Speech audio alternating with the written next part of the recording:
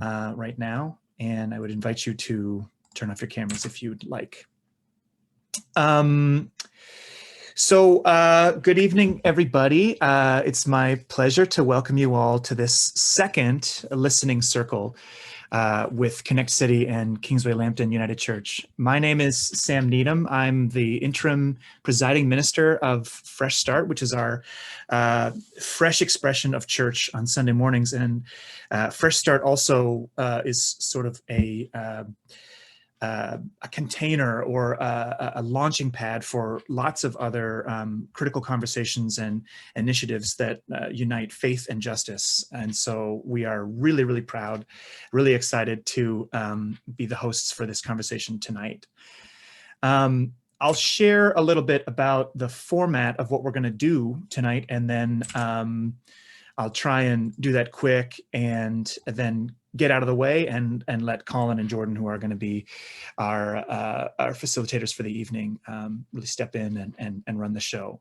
So tonight, after these opening remarks, Reverend Colin McCartney and Reverend Jordan Toms of Connect City Ministries are going to speak. They're going to present on our theme tonight, the tale of two cities. They're going to have a series of questions for panel members that I'll introduce in a moment. And we're going to finish with an audience Q&A period. And the way that's going to work, I just want to let you know this now. The way that our Q&A period is going to work is after our panelists have had their conversation time, I would invite people to put their questions in the chat. And I will, I'll gratefully accept the help of John O'Reilly. John and I will collect those questions and we'll sort of distill them and present them to our panelists for conversation. So that Q&A session will be chat-based, so be ready in the chat for your questions.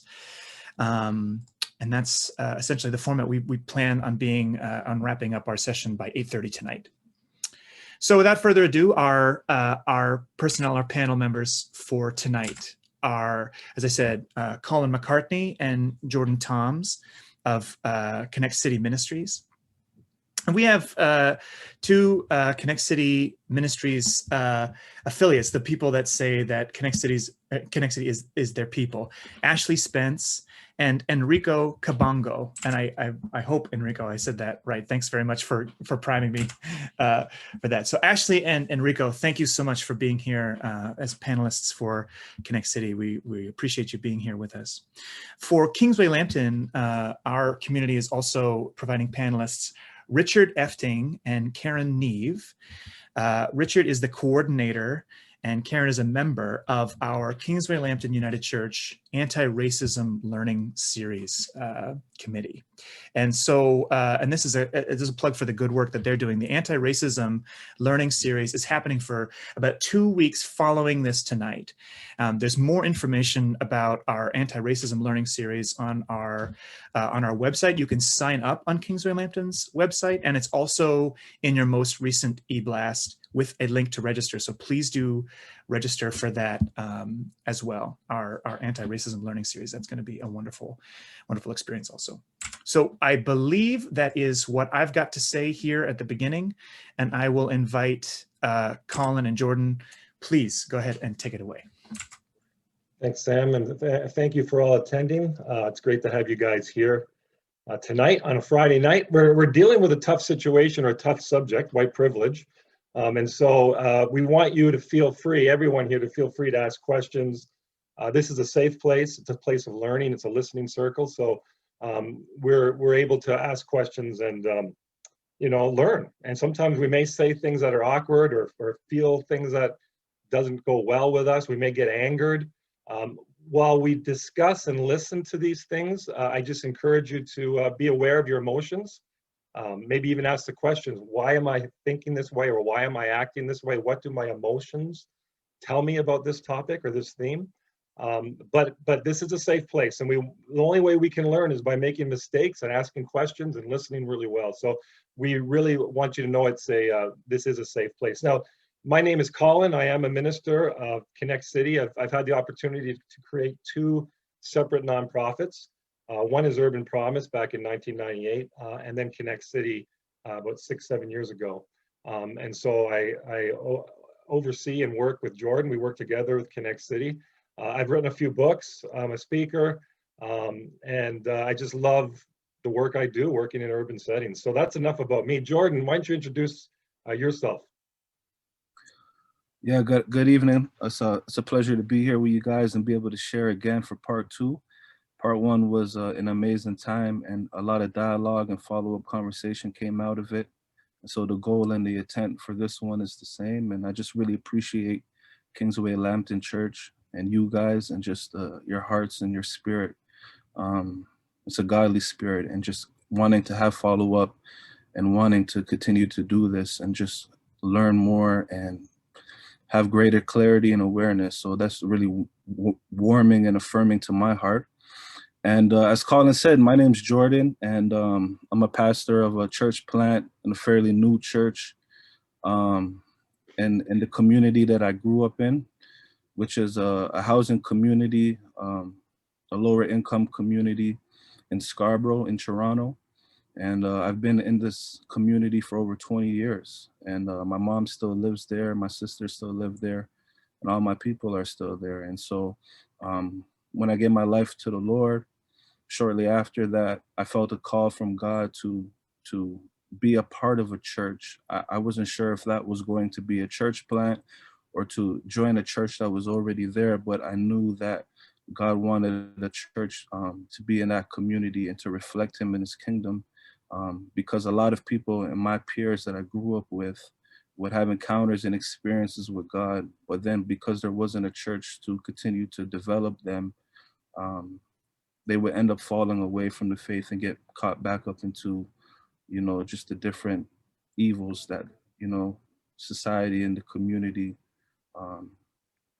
have there. So I ended up starting a church there specifically for young people and people that are in high school and college and university, because that age was getting into the most trouble, and I can identify with that age as being young as well and seeing the experiences that I had. And it's been great. It's going on 8 years this year, and it's been beautiful. So that's a little bit about me. And I just want to say that, this as Colin said, this conversation is a tough conversation, but everyone here that agreed to be a part of this panel is going to be very honest and vulnerable. And so I just want to say, for all of us, a reminder to respect everyone. Again, people are coming and sharing their honest thoughts and their views about things, and the intent and goal behind this is to come together in unity, to have better clarity, awareness, and understanding, and to have an action plan moving forward.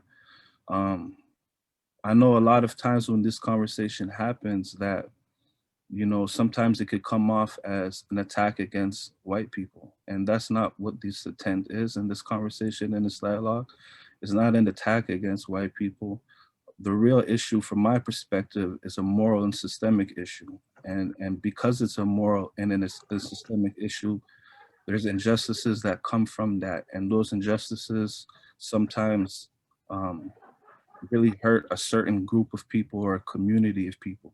And so that's what we want to discuss in this conversation. So I'll just leave it at that. And I want to introduce the panelists as well.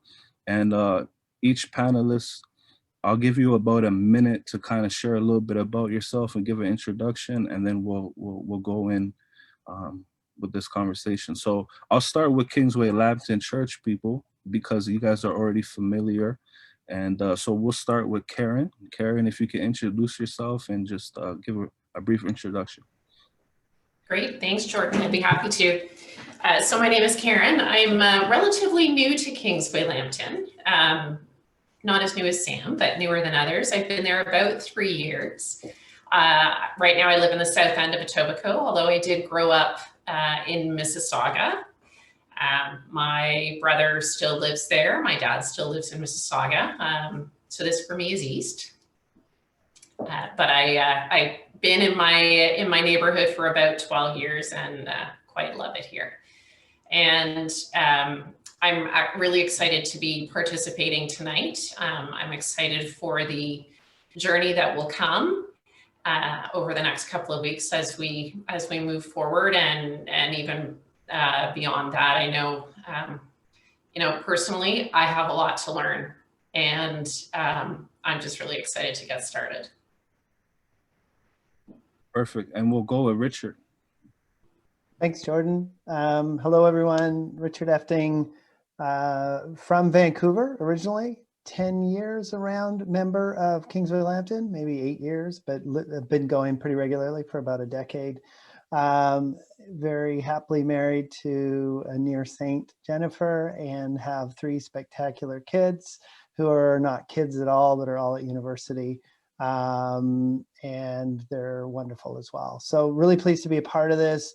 Have been on a slow starting, accelerated learning curve. I say slow starting because I hadn't thought a lot about race issues, probably for the first 40 years of my life. And in the last year or so, I've been really doing more reflection on that and trying to find ways to walk the path that Christ calls us to walk, and to do that in a way that me personally and humanity seems to get wrong so often. So wanting to see what little part I could have in getting at least myself back on that path, and any influence we can have on others, especially my white brothers and sisters, to get on a better path. So that's why I'm pleased to be here tonight. Thank you. Thanks, Richard. All right, and we'll go next to Ashley. Hi, everyone. Yeah, my name is Ashley, and I am also from the Warden Woods area, so Warden and St. Clair area. I've been here majority of my life, I'd say for the past 14 years or so. I grew up in this neighborhood, and I attended like local after school programs such as Urban Promise, like Colin stated before. And yeah, I think tonight's just going to be an opportunity for all of us to just kind of talk in a safe space. And I'm excited for it. Yeah, I'm looking forward to it. And I also feel like it can be intimidating to, have people coming at you with like truths or facts or statements. But I also think that it's a time to be uncomfortable, and it's necessary. And I think it's something that we all need to just go through with it. If we don't stop being, like, if we continue to stay comfortable, we're not going to move at all. So it's good to be uncomfortable, and I think that's going to happen tonight. So I'm looking forward to that in the best way possible. I guess I didn't share about me. I'm 21 years old. I currently am a ministry supervisor at Urban Promise. Then I recently just finished school for addictions and mental health. So I've been using that in my work here at Urban Promise with the kids in my community, especially because in this community and in the Black community in general, mental health is such a taboo. And so I think it's really important to get that out of the way and let people know that it's okay to have feelings, and it's okay to have emotions, and it's okay to feel things. And it's okay to make mistakes and look back at your trauma and identify, where things came from in order to move forward. And so that's kind of been, like my goal in the work that I'm doing at Urban Promise right now. Dope. Enrico. Hi, my name is Enrico, and I too grew up in this community. Originally, I'm from the Congo, which is in Central Africa, and I immigrated to this country when I was either 1 or 2. And ever since then, I've been in this community. So this is home. Canada is home to me. So yeah. And right now, I am in school for child and youth care, and like Ashley, like my passion is for the community and restoring the community, because not a lot of people, you know, say things and actually act on it. And, you know, that's where God has been leading me. And yeah, and I'm 20 years old. Yeah. All right, Colin. Yeah, so before we begin with our first question to the panel, I was asked to do a quick little primer on the topic of white privilege. So I'm going to throw on a PowerPoint and just do it as quick as possible, just a little outline of what we will be discussing tonight. So let me just throw this on here. Slideshow from the beginning. So one of the things that really hit us when we were discussing this listening circle has been the differences we've seen in protests. I'm sure even before the Capitol, when we were talking about this second listening circle and white privilege, even before the insurrection at the Capitol, we've seen how the Black Lives Matter protesters have been treated. They've been met with police force, a lot of police force, been met with violence. And when you compare that to the protests this summer over masks and wearing masks with COVID, especially in Lansing, Michigan, and some other states where, I don't know if you saw, but in Lansing, my daughter goes to school in Michigan, so this is a concern to me, but in Lansing, there was about 500-600 white people show up in their pickup trucks and guns, and they went into the government buildings in Lansing, Michigan, the state buildings, and there was no opposition, there was no police force. They were just kind of, come on in, boys. And I remember seeing that and then comparing that to a legitimate protest, a Black Lives Matter protests that were protesting police brutality, protesting killing of Black people, a legitimate protest, and the differences, because in Michigan, it was like, we don't want to wear masks, but they showed up with guns and nothing was done. But you had people walking the streets in the US and they were met with force. And so we thought, what a good title for this listening circle, is A Tale of Two Cities. It seems to me that we have a white privilege city, a city like in Washington where there was the insurrection you watched in shock. And here's a picture, these guys go in and take pictures. They didn't get met with the kind of force that what I would call a legitimate protest with the Black Lives Matter movement had to deal with. And so we begin to see already a clear sign of white privilege, how white people are treated differently than Black people. And as you can see in the picture, this was from a Black Lives Matter protest in LA. I didn't see that kind of police presence in Washington last week. Didn't see it at all. It was shocking how the white protesters in Washington, which were a lot more violent than the Black Lives Matter protesters, how they were treated with kid gloves compared to a legitimate protest with the Black Lives Matter. So I'm hoping as I begin to talk a little bit in this primer on white privilege, you're beginning to see like there is some real deep inconsistencies that ought to show an alarm system in your mind and going like, this is true, like white folks are treated differently. They are treated better than Black folks. Now, let me see here, I can keep this next one on the screen here. Let me come up with the definition of white privilege, and this is what I've come up with. It's an intangible gift of unearned entitlement. The societal privilege that benefits white people over non-white people. White privilege has developed in circumstances that have broadly sought to protect white racial privileges with their special rights and benefits. Let me give you an explanation of this from my own personal experience. I grew up in Montreal, moved to Scarborough, but never understood my white privilege probably until I was in my early 20s, when I began to spend most of my time in the Black community as a pastor. My church was mainly, my people were mainly a Black community that I was deeply involved in. And they soon became my friends. They really truly were my people. And I began to see how they were treated by the police. They were treated differently by the police than a white person was. I had friends that would be pulled over for no reason.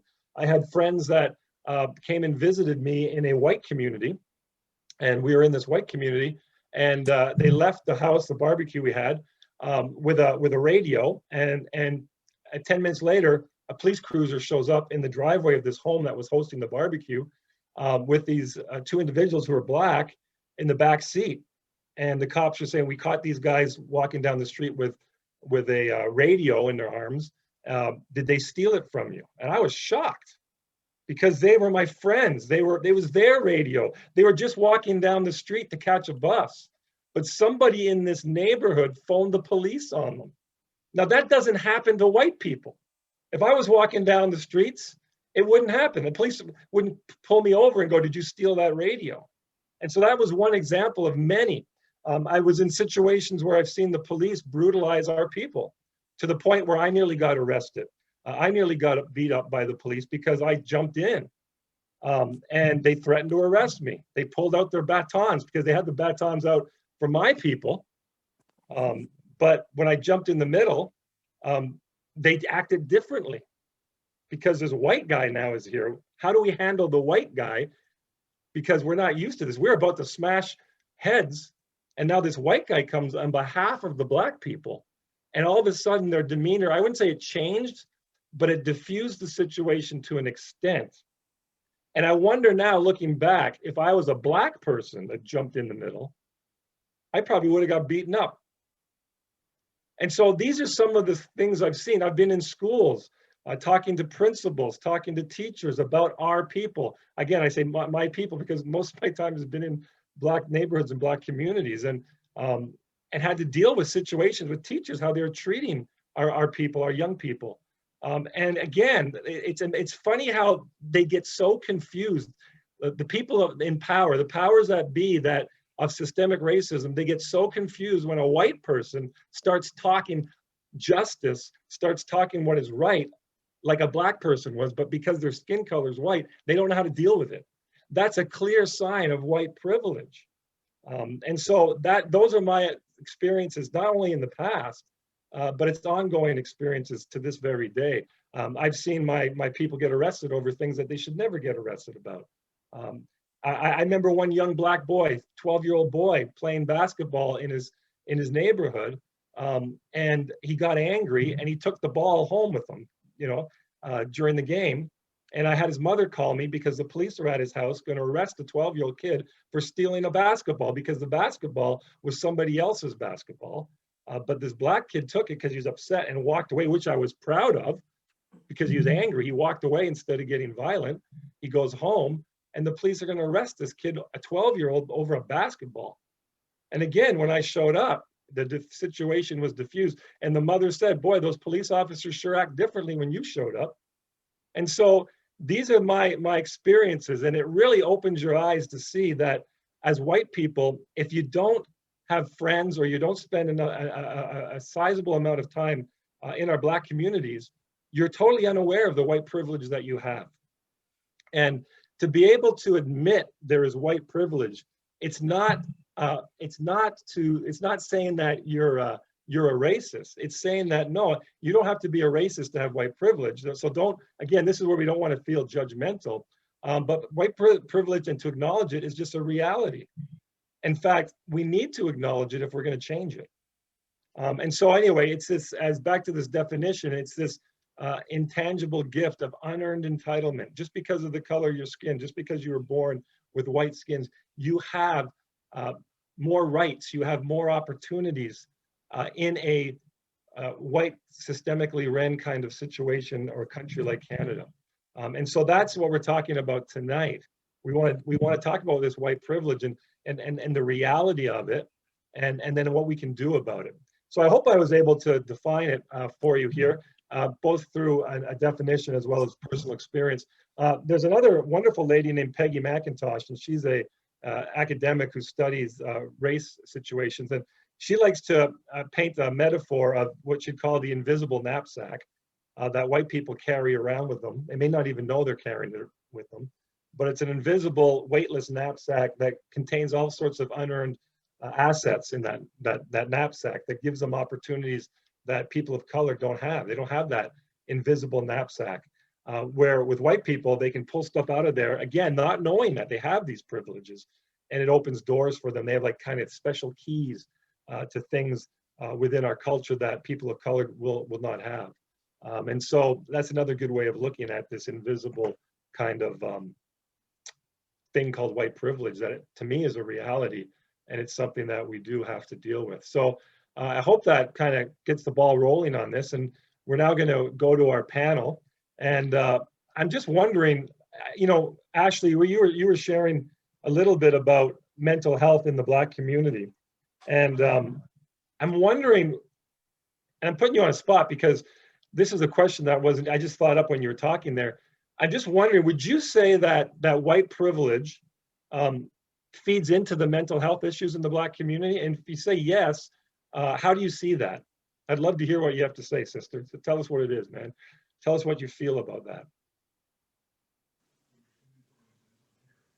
Hey, Colin, could you repeat that? She was gone, but now she's back. Okay, great. So, yeah, so my question was, when you shared a little bit about the mental health struggles in the Black community, my question was, how do you see white privilege feeding into that, making these mental health issues worse? I think I think it's a very complex answer to that. A big part of it, I think, is like gaslighting. So for those, I'm sure everyone probably knows what that means, but it's pretty much making a victim or someone believe that their feelings aren't valid and that the reason why they're feeling a certain way is because of them and no one else. And I think a lot of the times, like, our Black youth are told certain things, like, because you live in this neighborhood, you will not be able to do this. You will not be able to amount to anything. And that's often said. And it sounds so like cliche to say that, or like, so like, just, you wouldn't think anyone would say that to someone, but it's true. And it's the truth. And it's not always said with words like that. Like, I remember, growing up and like trying to get jobs and stuff like that, because of the address of where I live, people would see the address and they wouldn't even consider my application. Doesn't matter what's on it. But if they see the address from where I'm from, or they see my picture, it's a different story. It's not looked at as, oh, this girl, she's very educated. She knows what she's doing. And that takes a toll on like I know it took a toll on me. But I think, yeah, it's a very complex answer, but I think gaslighting is like an easier way to put it. And yeah, and it happens, like, I guess sometimes unknowingly too. Like, it's just so important to watch what you say to people, and like communication is key, and just really thinking about the words that leave your mouth before actually saying it to someone, especially when it comes to like our Black youth. Because they just, we have it a lot harder, and everyone knows that, right? But just being aware of that. But yeah, it's complex. And I think for white people, when they're not aware of white privilege, it's easy for them to judge Black youth, because they think that Black youth have the same opportunities as white youth. And exactly. It's kind of like, why can't they act this way? Well, what you're saying is basically, why can't they act white?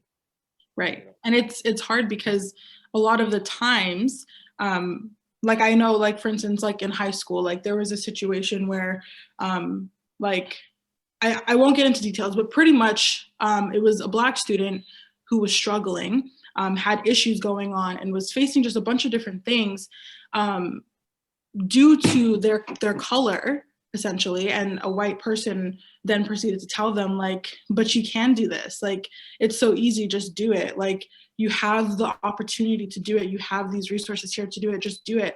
And the reality is, it's like, no, a Black child will not have the same opportunity as a white child. A Black person, or grown up, in any Black person will not have the same opportunity as a white person.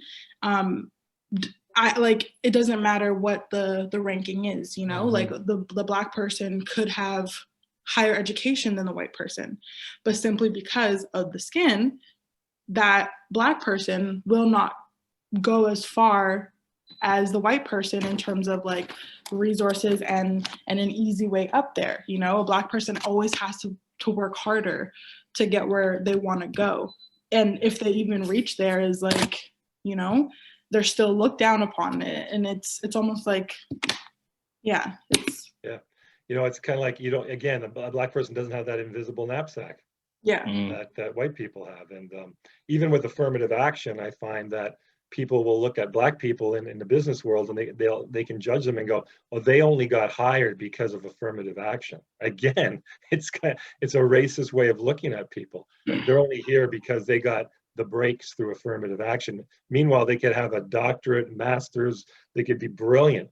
But again, the racial bias is just another thing for our Black brothers and sisters to overcome that white folks don't have. So Jordan, and I'm gonna, Richard and Karen, I'm thinking of you too, but Jordan, I wonder if you have any questions, and maybe you do have for Richard and Karen, but along the lines, and Rico mentioned something about, you know, his community, his neighborhood, and I think you mentioned it, you know, it's a struggling neighborhood.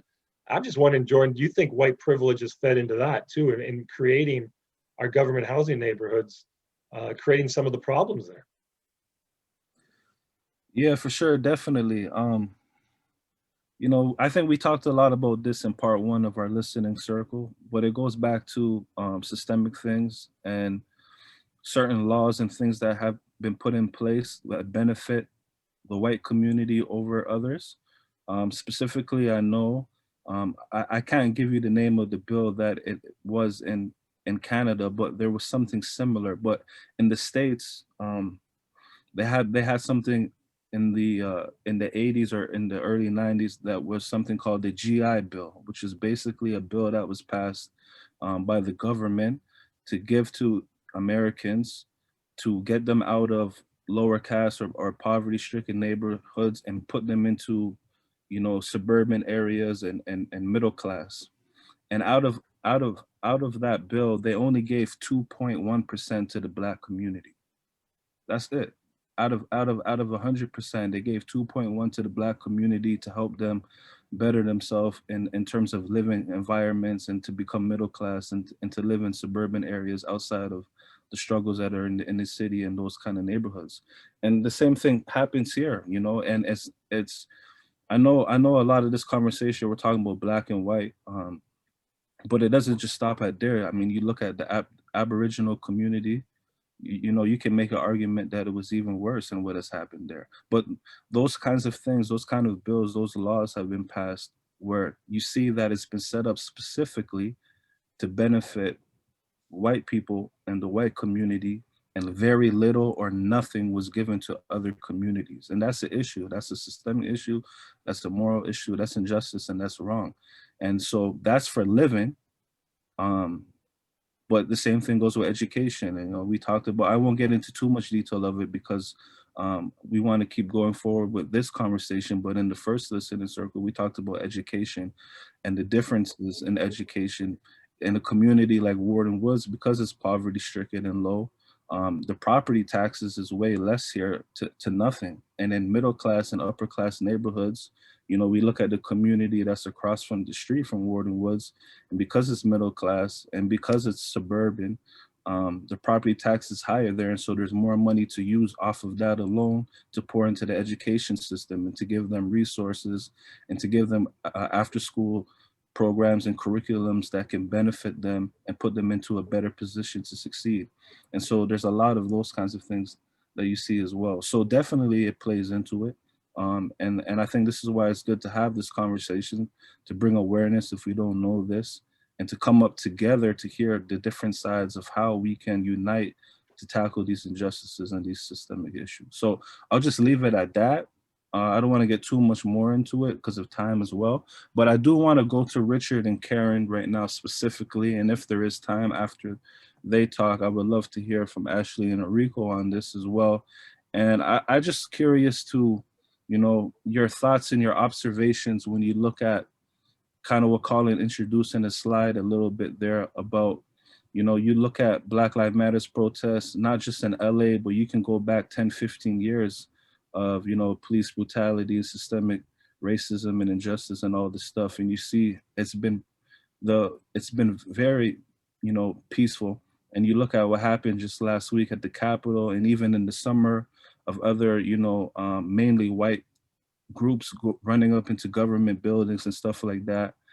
Just what are your observations when you see things like that, and how does it make you feel when you see things like that? You want to go first, Karen, or you want me to Sure. go? One of the first things I thought, last week when the insurrection first started at the Capitol was, well, where are the police? Like, why is this not more like some of the other activities that have happened in the States? And it just didn't seem right. And, my aha moment, I had a pretty profound one this summer, and I'm embarrassed that it happened this late in my life, but I'm also grateful for it. I volunteer through Big Sisters and have been partnered with an amazing, I don't want to call her a kid because she's 14, but she's been in my life since she was 8, and she's pretty awesome. She had all her wisdom teeth taken out, and so I was over visiting, and I drove her to McDonald's to get a smoothie, which of course there's no drive-through. We couldn't go in. So I said, you know what, sit here, sit in the car. I'll go in, I'll get your smoothie, and I'll come back. And I was standing in the restaurant looking out the window at her, and she was sitting in the car playing with the radio, like what 14-year-old is not going to do when they're sitting in the car. And it was in a mall parking lot. And I watched the security car drive by her slowly. And I thought, what have I just done? What did I do?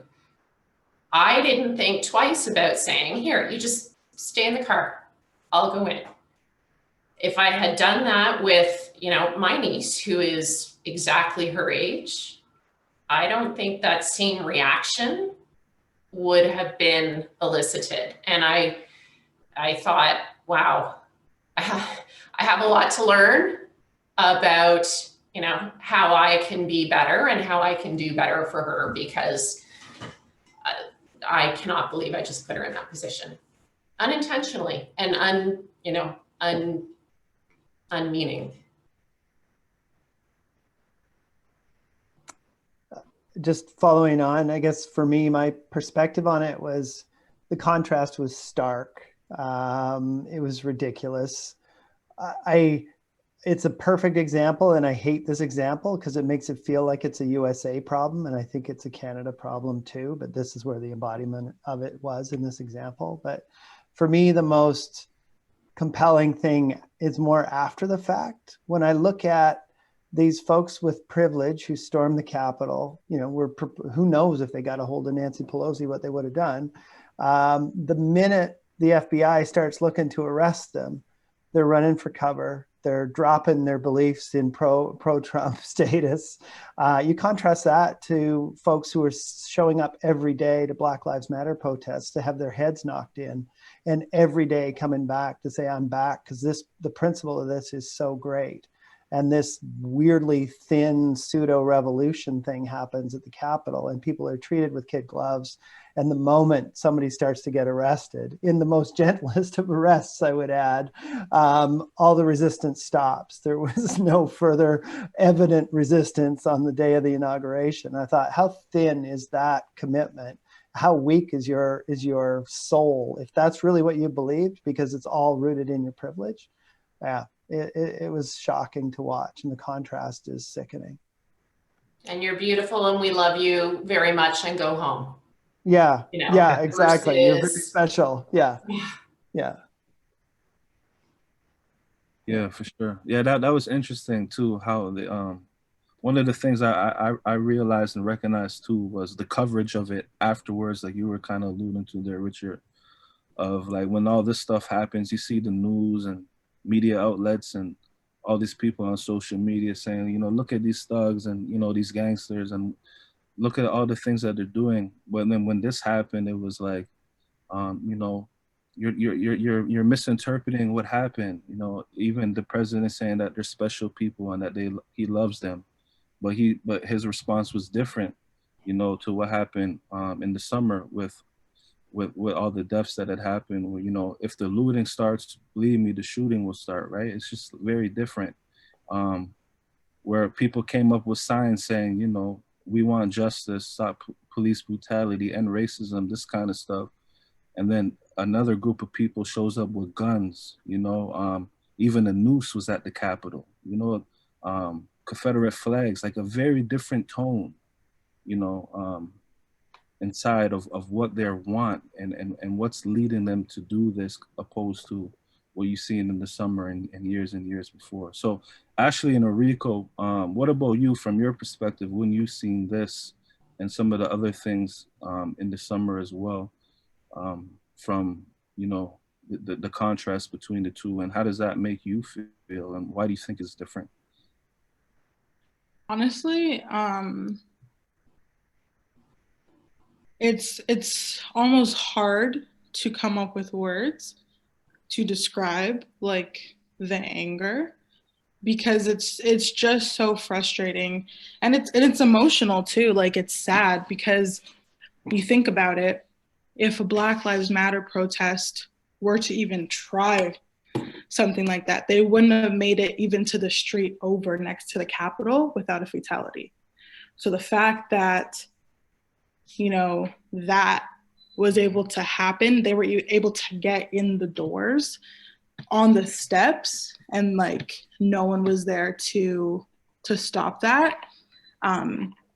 It's just heartbreaking. Like, and honestly, like, I remember just being angry, but at this point, like, I feel like I can't even be angry anymore. I'm just sad. Like, I'm just upset. It's disgusting. And then even like once they were inside, you know, it was the one security guard, one Black security guard, right? So even that is like him being put in that position with a bunch of angry white people, right? Who are, majority of them are racist because they're carrying Confederate flags, and they're following their leader, who is Trump, who is ultimate racist, right? So just imagine that. Like, it's just, yeah, like there's no words. It's just mind blowing, and it's unacceptable. It's disgusting. And like, it's just so not Christ-like. And it's so upsetting because I know a lot of people who say they're Christians, but who have the mentality of a racist, and who do things like what they did at the Capitol. And it's like, how are you a Christian supposed to be living a Christ-like life, living a life through the lens of Christ, and you're doing that? It's just really upsetting, and it makes me sad. Yeah. Well, for me, it brought me back to my first time actually, my first racist moment. Well, not my first racist moment, I have many of those, but my first time when someone called me a nigger. That's where it brought me to. The first time where me just trying to be a person, I'm viewed as a nigger. That's what it brought me back to. That time where I was tired after work, trying to sit down, and someone was trying to pass by me, but because I had my headphones and I couldn't hear, they spat on me and called me a nigger, and then went on with their day. That's where it brought me back to. And then I started laughing. Because I'm just like, bro, this is a big joke, because everybody keeps saying we're gonna fix this, we're gonna do things to stop this, but they had a big noose in front of the cap. Like, how? That's terrorism to me. That is terrorism, because I was terrorized when I saw that. This is not protesters. These are people that are trying to incite fear into a specific group that have my skin color. Yeah. That's how I felt. I don't even go on social media like that no more. because I know if I go there, I'm going to get triggered and traumatized. Social media is not a safe place for me no more because of what is going on. And I didn't even do anything. It's just because God made me this way that I cannot be myself. So Colin, sorry, Colin, but I'm gonna let you get in the question just now, but I just want to say something quick. I think too, like where you can see the difference between mentalities where white privilege or not, is like, so when this happened, you know, a lot of people, like the black community was saying, you know, how could this happen? Why, you know, why are we treated differently? How come they're not treated, you know, why is there this difference? And a lot of people with white privilege, and maybe this is something that, you know, you personally can, you know, think about for yourself to see if maybe, you know, you're aware that you think in a white privilege mentality or not, is white people automatically thought, when they heard that why are black people saying that, you know, these white people should have been met with violence and there should have been fatalities and there should have been, you know, assaults and all these kinds of things. But that's not what black people were saying. Black people, that's a white privilege response. Or what? Why are they not being treated like me? That's what black people are asking for. No, that's not what black people was asking for. Black people are saying, why can't you treat us the same way that you treated these people? You didn't meet them with force. You didn't assault them. You didn't do these kinds of things. There was fatalities that did happen. You know, I think I read there was 4. One was for a shooting, and the other 3, I didn't see what the reasons why for. It could have been, you know, people got stampede on or whatever, but very different. And we're just saying, you know, these people went and they protested and they were met differently. And so we want that. Why can't it be the same for us? Not that we want to see them die, but we want to be treated the way that they are treated. And that's kind of something that you can kind of see engaged towards, whether you think it with a white privilege mentality or not. It's not that we're trying to condemn and say we want you to die because we're dying for this. We're just saying we don't want to die in the same way that these people are not dying or being met with force. So, Colin. Yeah, I'm just kind of curious with Richard and Karen, what's going on in your mind when you heard Ashley and Enrico just share a little bit about their thoughts when they saw all this going on at the Capitol? I mean, from my perspective, it's an affirmation of my privilege, right? So I have the privilege of standing on the sideline and comparing fairly dispassionately the two different responses that the police gave. It's not personal to me because I have that white privilege. It is not an attack or by contrast, an attack on my people. It's like, yeah, that's an injustice, but I'm almost independent and outside of it. I'm not saying that that's a good thing, but we have the luxury as white folks of being sort of somewhat independent and outside of it, as opposed to a personal kind of injustice being experienced to us narrowly, specifically. And that's why we as white folks have to do the work, because it is an attack on all humanity. If it's harm to your Black brother or sister, it's harm to you.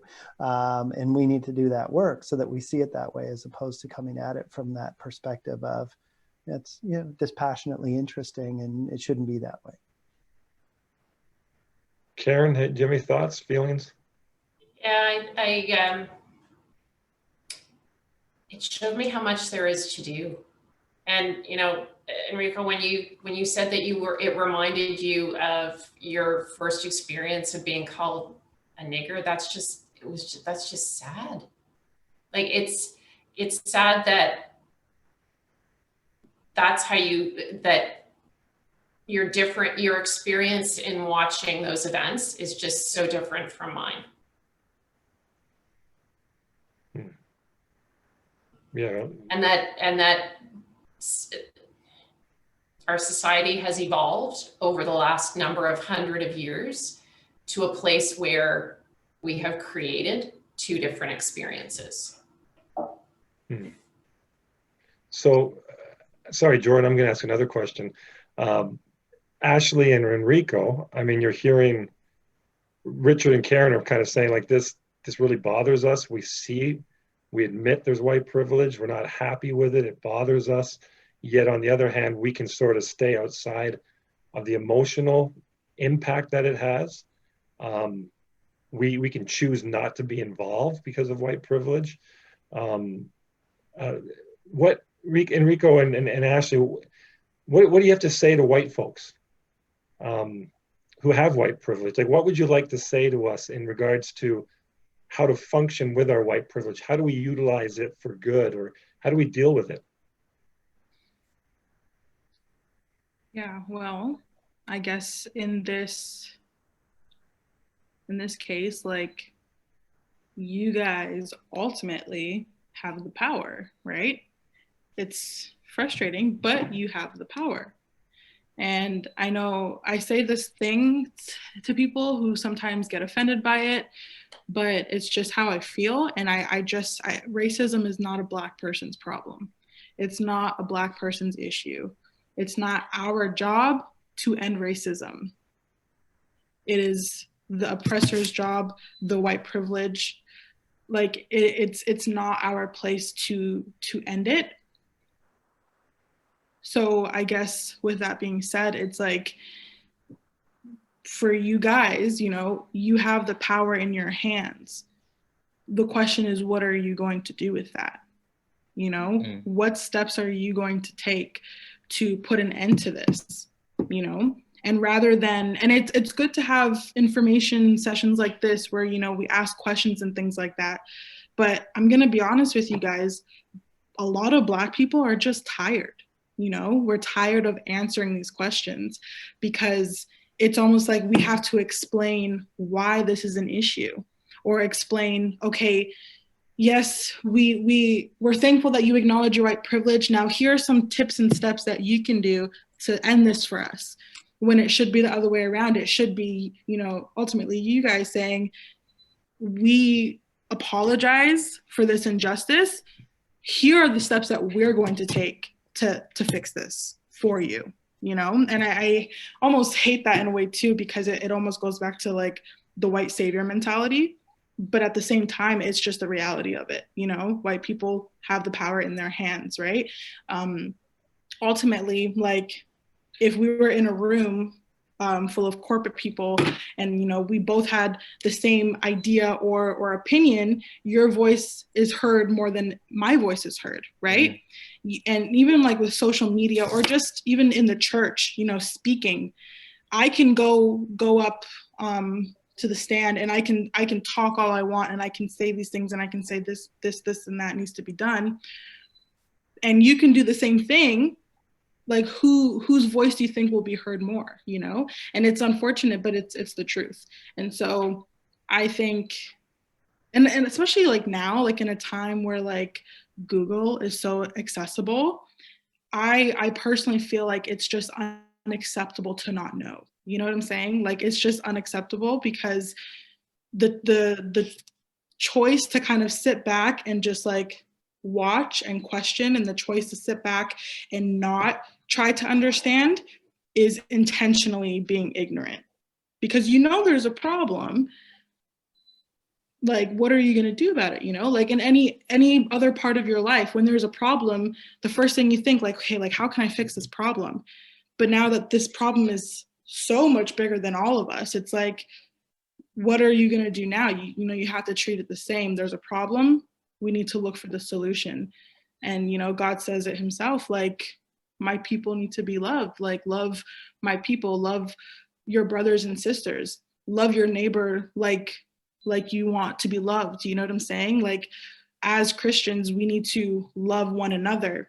And as white people, or as Black people, we need to be loved by white people. And by doing that is you guys taking a stand and coming with a solution rather than coming to us for the solution, And some people get offended when I say that because they think, well, why aren't you trying to help? And it's not even about that. Like, I'm super willing to sit down with someone. If they have a question, like they don't understand and, there's some ignorance there. Like, I'm willing to sit down and educate, because why why throw fire to fire, you know? Like, I want you to understand. But now with this knowledge, the question stands, what are you going to do? Mm. So. Great points. Rico, what do you think? What do you have to say to white folks?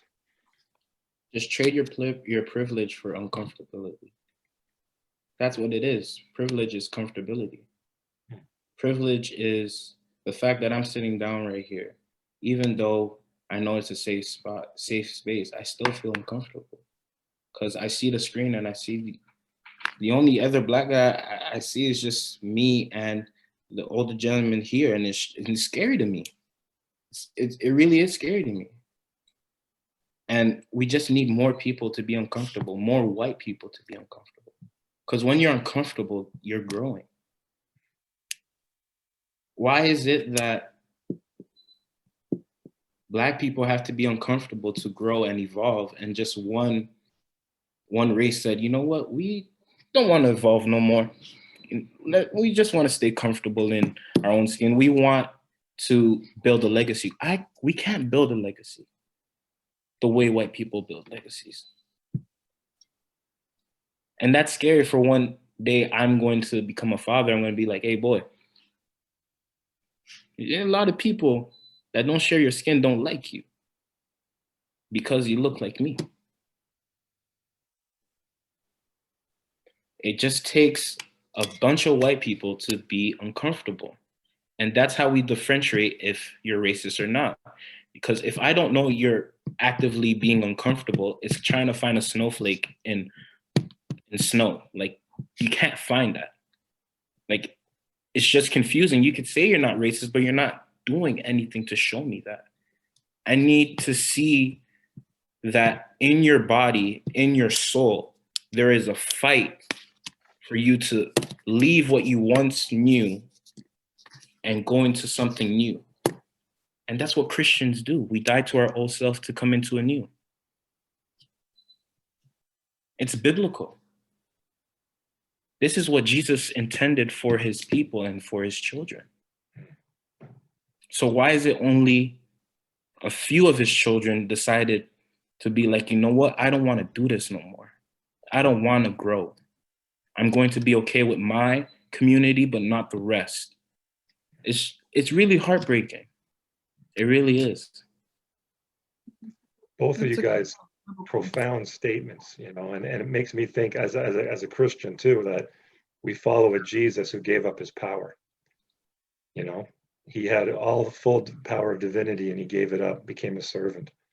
And yet people, for white people in privilege, that's the question. That's a great question you both brought up, that, you know, are we willing to make those changes and those sacrifices?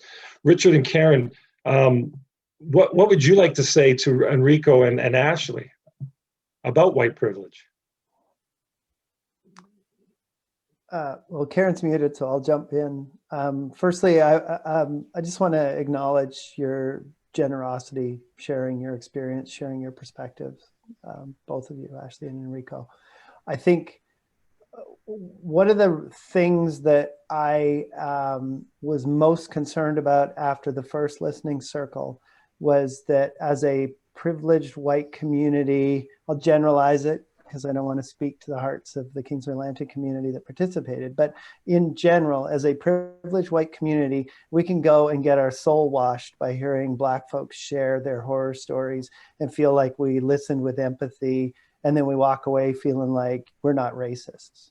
Or we're not, you know, we're not guilty of this. It's those other people, those other bad white supremacist white folks, the overt Klansmen, as opposed to the kind of systemic racism enablers that many of us are in our daily lives. And so for me, firstly, thank you again for sharing your perspectives, because that doesn't come free for you, and it's shared with a real generosity. And I hear your pain in that. So thank you for that. And for me, as a person of privilege, I don't have anything to tell you or teach you. I mean, you just said it so well yourself, Ashley. This is my work to do. This is our work to do as the privileged. So I guess I'd say thank you for your patience. I understand your frustration and the extent to which a person who is privileged could understand it.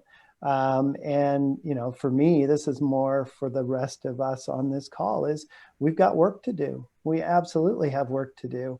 And we got to turn this into meaningful action, not just, I felt good after the call we had on Friday night. And thanks again for washing my soul, Ashley and Enrico, because we got work to do. And it can't be just throwing money at it. It can't be a recruitment drive to say, let's get some more diversity in our membership. We have to choose what's in our heart, examine that, do the work, and then turn that into meaningful action in our community and in ourselves.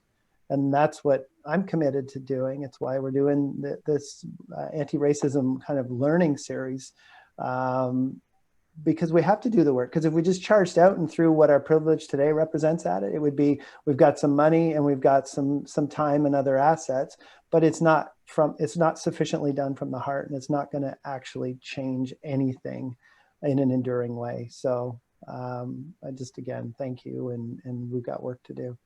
Sorry, Karen, I took your whole time slot. No, that's okay. It was well said. I want to say thank you too. You know, Ashley, you said something similar in the first listening circle, and it was really impactful then. It was just as impactful today, and that is about how hard it is to talk about your experience and how much it hurts you to educate other people about what needs to change. And, you know, I don't think I realized until then, and I've actually been thinking about it a lot since, about, you know, how much energy and how much courage and strength it takes just to talk about the problem. So a big thank you for that, and you know, for continuing to be open, and also for encouraging us to be uncomfortable and encouraging me to be uncomfortable. I think it's a good way to help frame where we need to start from. And I think if we walk away collectively tonight being uncomfortable, that's a good thing.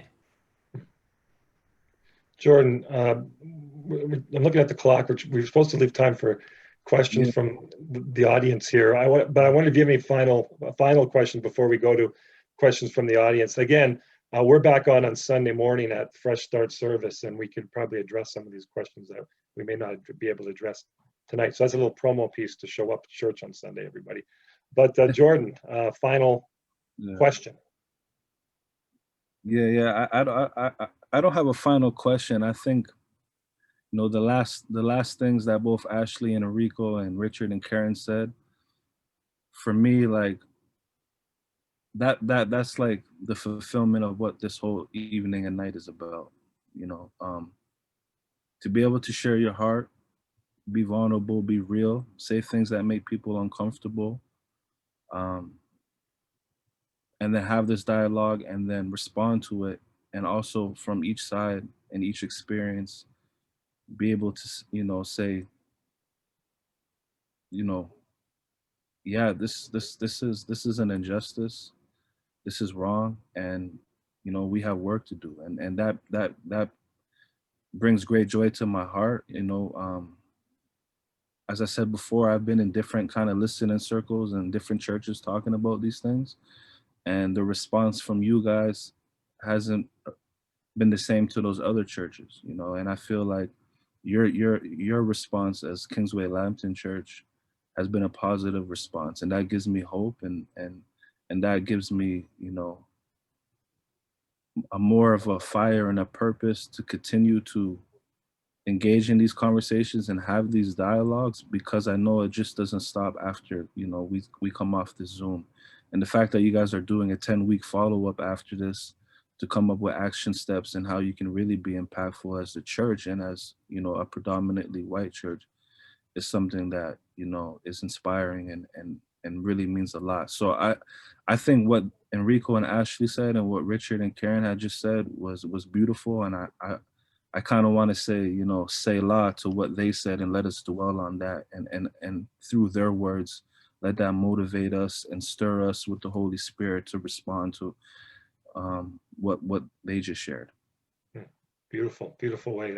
Beautiful words, Jordan, as a bow on the actual panel discussion. I do want to say on behalf of Connect City, we love Kingsway-Lambton. You guys are a great church. You've always been our friends, our partners. And we're here for you as well if you ever want us to, as you go through the next 10 weeks, if you want, I don't know if consultants is the word, but Jordan would be available. I'd be available. And I'm sure Ashley, Enrico, some of our folks, our wonderful people, are available to you as well to walk with you through this and bring about practical steps of change. Sam, I think you're going to be fielding some of these questions, right? By the way, I did look at the chat, and I love what Hugh wrote there.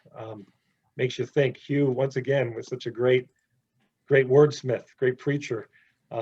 Preacher brother, that's a great comment you made about being scared or uncomfortable and the difference of that. So I think we got to drill deep on that one as white people for sure.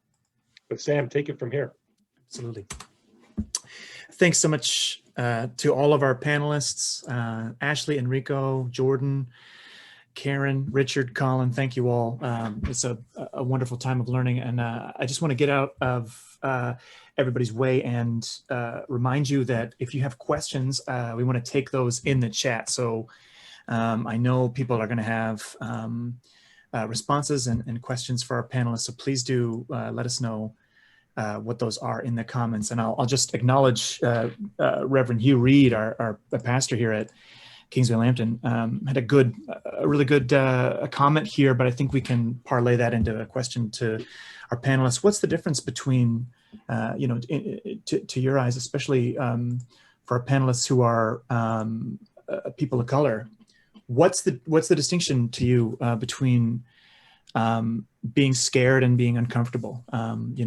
We heard a powerful call.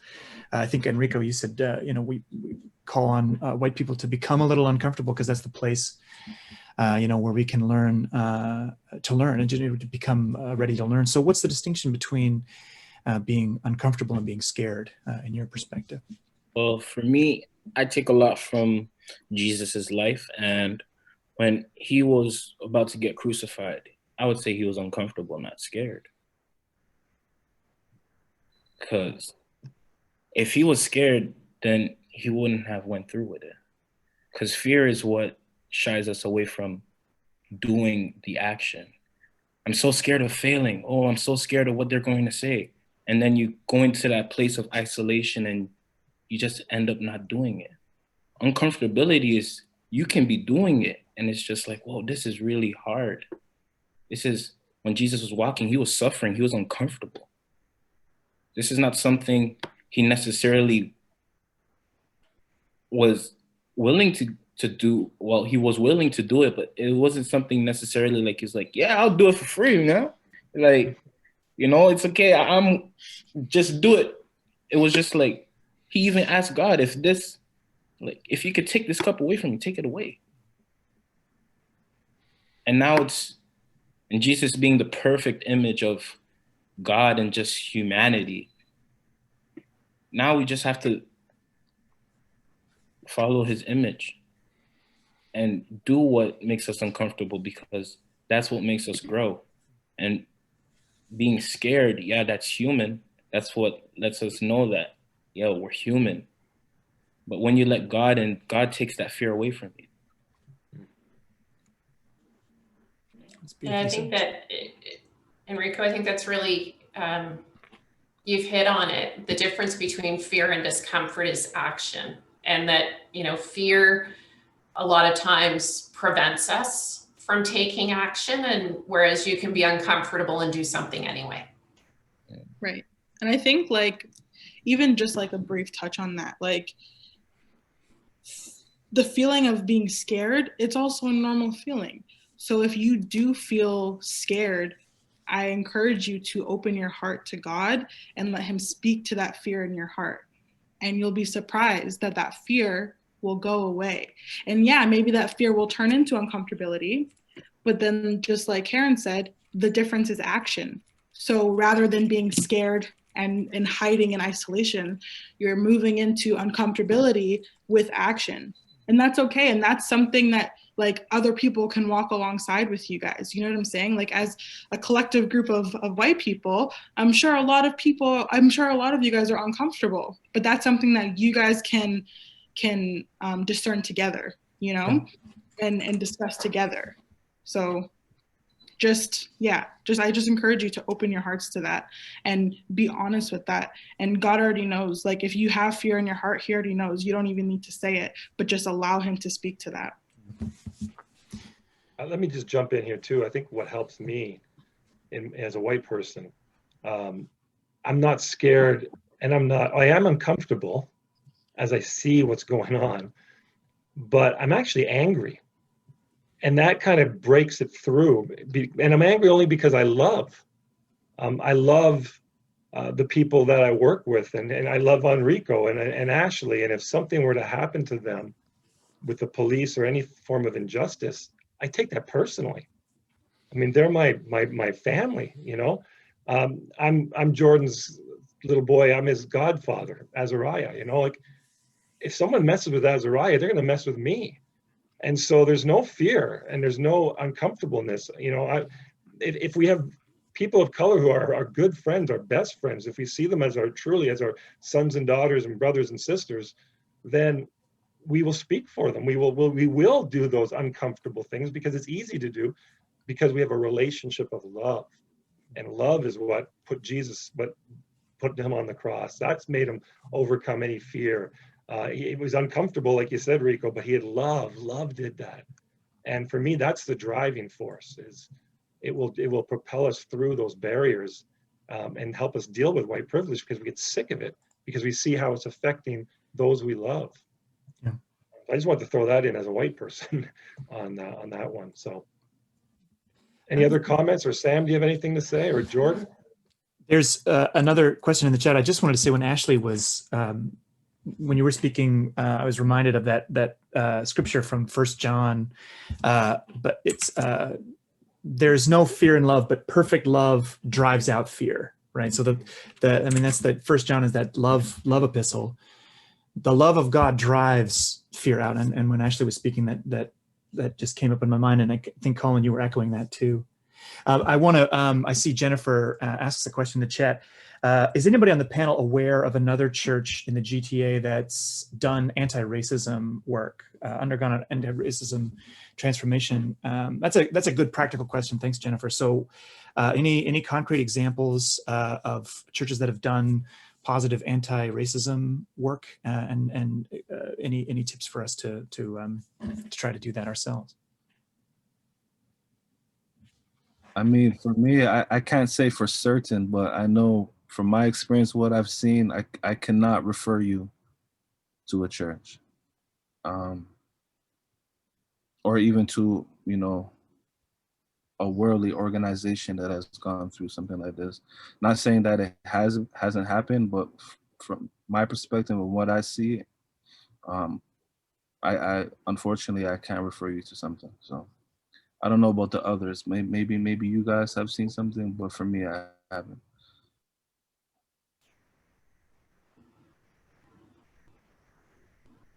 I don't know of any. I do know churches that have tried to talk about reconciliation, but to me that's a bad word, because it's assuming that Black people and white people are on equal grounds, and we are going to reconcile those equal grounds together, and it kind of gets white privilege off the hook. It doesn't go deep enough. Jennifer, I like what you said about anti-racism. That's a great word, and in many ways, Kingsway, I think you're on the right path, and you're kind of ahead of the game, because I don't know of any other churches that are even doing what you're doing. I don't know of any other churches. There's one, so I've been taking a virtual course for the last couple of weeks through the United Church of Canada, and there is one other representative who's participating in the course, whose church, I don't know whether they have done exactly the same steps, but they've done, book clubs on, the white fragility and a couple of other studies.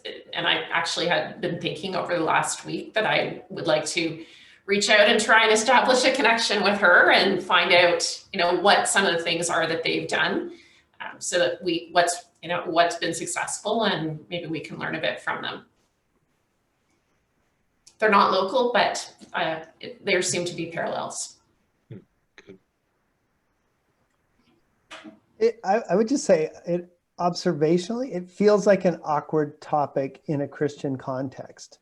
I've been to lots of churches that are diverse and integrated, and they seem like a place of harmony and racial balance and equity. But I'm not sure that in the Christian context, everybody, especially those of us with white privilege, are digging deep on race. I've seen things in diverse churches that feel overtly racist. Well, he's going to be a great singer because he's a person of color. It's like, what?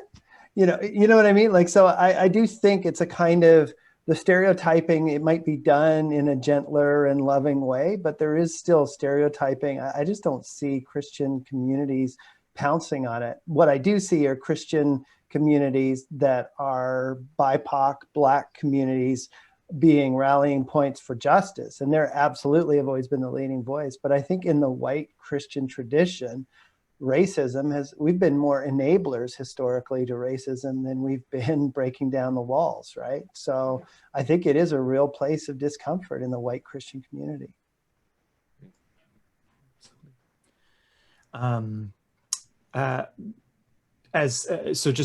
Donnelly says in the comments, we have to figure it out. It's something that, it's not that there's no precedent for anti-racist work, but it's something that we've received such a gift from our panelists tonight, just to be inspired and to be fired up and to be, angry about the serious issues of racism, that even if there's not one, we don't have a church that looks exactly like Kingsway-Lambton, and here's exactly, the playbook that church used to become anti-racist. Even if we don't have that playbook, we have resources from you all and an example from you all. So thanks. And Hugh says the United Church has committed to being anti-racist. There are resources online. I'll add to that another United Church that I worked at before my time at Kingsway-Lambton, a fabulous church, Runnymede United Church, as part of its affirming ministry to become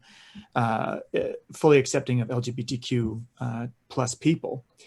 Part of that conversation was intersectional work on anti-racism and Indigenous concerns and so on. And we had a speaker from the United Church, Marlene Britton, who was I think her title is Program Coordinator for Admissions and Pastoral Relations, but she's a Black woman who's a clergy person in the United Church, and she shared her experience of anti-Black racism in the Caribbean and in Canada, and that was a powerful thing. And I remember Marlene said that the strong resources against racism come from our scripture, from our tradition in the church of listening for God and loving all as God's children. And those are spiritual resources. So we're on the search for practical, pragmatic resources. I think that's the spirit of your question, Jennifer. But we're on the search also for those practical resources, even while we have those spiritual resources at our disposal. I'll solicit any final questions from anybody. Now's the time to ask them in the chat if you've got them. And I think that I want to commend everybody for having been really, really outstanding listeners and for holding this space for a hard conversation. At least for many of us, it's hard to hear these things. It's uncomfortable for many of us, but hopefully that's a holy uncomfortability, and a time for growing and a time for learning.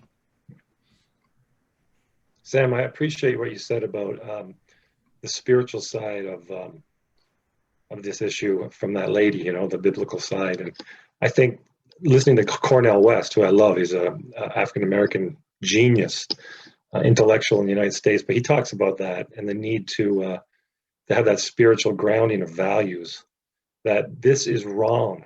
Now, what are you going to do about it? And that's such an important piece of this for those of us in white privilege, you know, we have to get to the point where we're saying this is so wrong. And then that makes us ask the question, what kind of person do I want to be? Do I want to be the type of person that lets this happen? Is that the type of person I want to be? Or will I allow the uncomfortableness to shape me into being a moral and righteous person, a good person? And so our souls are at stake here as white people in regards to how we respond through action on this issue. Can I just make a comment? I was just thinking, I have children that are from 30 to 24 years old. I have 3 kids. And I think there's some hope for sure. I see the younger generation, I see it, and it's not necessarily everywhere, but you look at parties with young kids and stuff, and I see a real hope there, because I see a lot of kids that are of all different races and nationalities, and to that generation, the 25-year-olds and under, at least, I'm not saying it's everybody's experience, but it's mine, and then I live in a white upper crust kind of neighborhood. I see a lot of kids of every different race, every different color. My own daughter is dating an Indian fellow who is Muslim. I see a lot of people, a lot of kids that look at life a lot differently than my generation did. So I think that there's a long ways to go for sure for white people to recognize that we have privilege. We absolutely do. But I think there's hope. I think there's a lot of hope. And I see changes happening with the young generation. Hey, Black Lives Matter stood up and they marched and they made their point, and you got a Black vice president. You should be very proud. There's hope. I think there's change. The same thing happens with our Aboriginals. We absolutely treated Aboriginals with the absolute worst, and still do to a large degree, but it's changing, and I think there's hope. And I don't think it's all, just keep at it. Everybody, all of us, particularly, it's changing. I think we're on a cusp, and I think it's going to be better. And I see a lot of younger generation, they don't look at whether you're gay, whether you're Black, whether you're Asian, whether you're Aboriginal, it's changing. And it's because of people have stood up, like Black Lives Matters, like Aboriginal people, and have said, hey, listen, this is what you've done. Wake up, people. And we are starting to wake up, and we are starting to listen.